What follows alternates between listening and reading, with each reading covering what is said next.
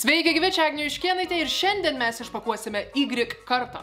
Y karta jums yra greičiausiai geriau žinoma kitų pavadinimų tūkstantmečio karta arba millennials. Tai yra žmonės gimę nuo 1981 iki 96, tame tarpe ir aš gimus 92. Taigi šiandien aš noriu kartu su jumis išpakuoti tūkstantmečio kartos dėžę, kuri štai dabar labai dailiai išstovi ant mano lentynos, kurioje mes rasime kai ką, kas turbūt kiekvienam Y kartos atstovui sukels šiokią tokią nostalgiją. Pirmas daiktas, kurį aš radau savo sendaikčių dėžėje ir kuris neabejotinai sukels prisiminimų Y kartos atstovams, yra be abejonės CD diskai. Ir ne bet kokie diskai, o diskai, kuriuos mes įrašydavom savo to meto klausomiausią muziką.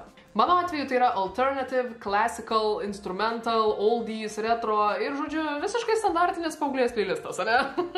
Tuo metu, kai nebūdavo jokių Spotify'ų, apskritai, kai internetas dar neegzistavo, mes savo muzikos klausydavomės iš tokių milžiniškų CD grotuvų, kurie mums netildavo į striukių kišenes ir dažniausiai tenai sukdavosi neoriginalus muzikinis diskas, kurį būdavo pakankamai sudėtinga gauti Lietuvoje, bet štai toks vat įrašytas diskelis su savo muzika.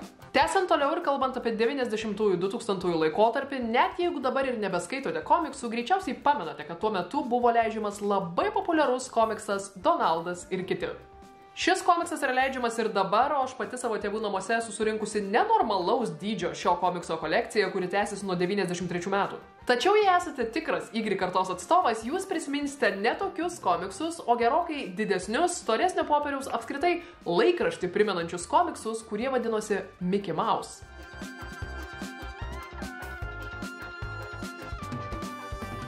Kosmosas? Kosmosas.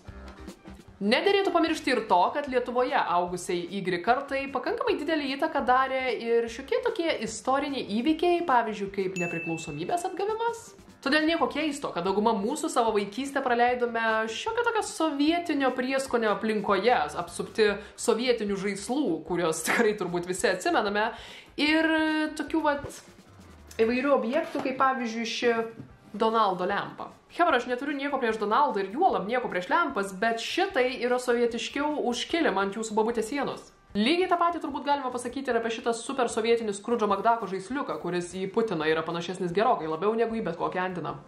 Jeigu esate tipinis Y kartos lietuvis, jūs greičiausiai turite ir kokį tetą ar dėdę, kuris nuo sovietų priespaudos paspruko į tolimąjį užsienį. Tokiu atveju nebūdavo nieko geriau nei sulaukti lauktuvių iš to tolimojo užsienio, kur visokie malonumai ir technologijos buvo gerokai labiau pažengę nei tuo metu Lietuvoje. Man šį laikotarpį atspindi dėdės iš Amerikos atsiųstas Game Boy Color.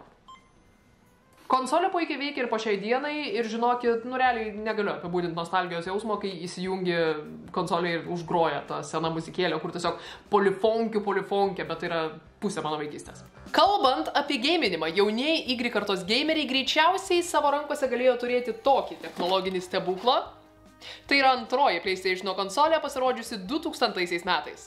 Nors šiandien ji yra nerealiai prastų specifikacijų, tuo metu tai buvo tikras technologinis atradimas. Ir kad galėtumėt suprasti, kaip labai tiesioginė to žodžio prasme PlayStation konsolė paaugo per šitos 21 metus, štai taip antrasis PlayStation'as atrodo šalia praėjusiais metais pasirodžiusios 5-osios konsolės. Kosmosas? Kosmosas. Na ir pabaigai, tūkstantmečio kartos dėžėje liko kai kas, kas turbūt bus aktualu tik tai man vienai arba labai nedaugeliui žmonių, tačiau tai yra labai didelė mano, kaip Y kartos atstovės gyvenimo dalis. Aš kaip tūkstantmečio kartos atstovė užaugusi Kaune dažnai vaikščiodavau į Kauno dramos teatrą. Jeigu ten vaikščiodavot ir jūs iki 2004 metų teatro renovacijos, greičiausiai prisimenat tą didelę, gražią, žalią pagrindinės teatro scenos uždangą, kurios vidury buvo išsiuvinėta rūtelė.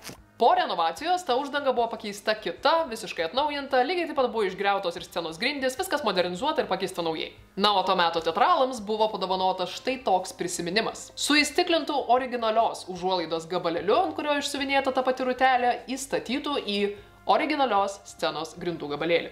Tai yra vienas svarbiausių mano gyvenimo prisiminimų ir neabejotinai kai kas, kas man asmeniškai labai gerai atspindi mano Y kartos laikotarpį. Tikiu, kad ir jūs turite kažką tokio svarbaus savo gyvenime, be ko neįsivaizduojate savo vaikystės ar jaunystės, bet ko ir nebūtų, jei nebūtumėte Y kartos atstovai. Tai tiek šiandien slepiasi mano tūkstantmečio kartos dėžėje. Į ją būtų galima įdėti dar labai daug, pradedant tamagočiais ir užbaigiant marlėmis, kurias mūsų tėvai naudodavo vietoj pampersų.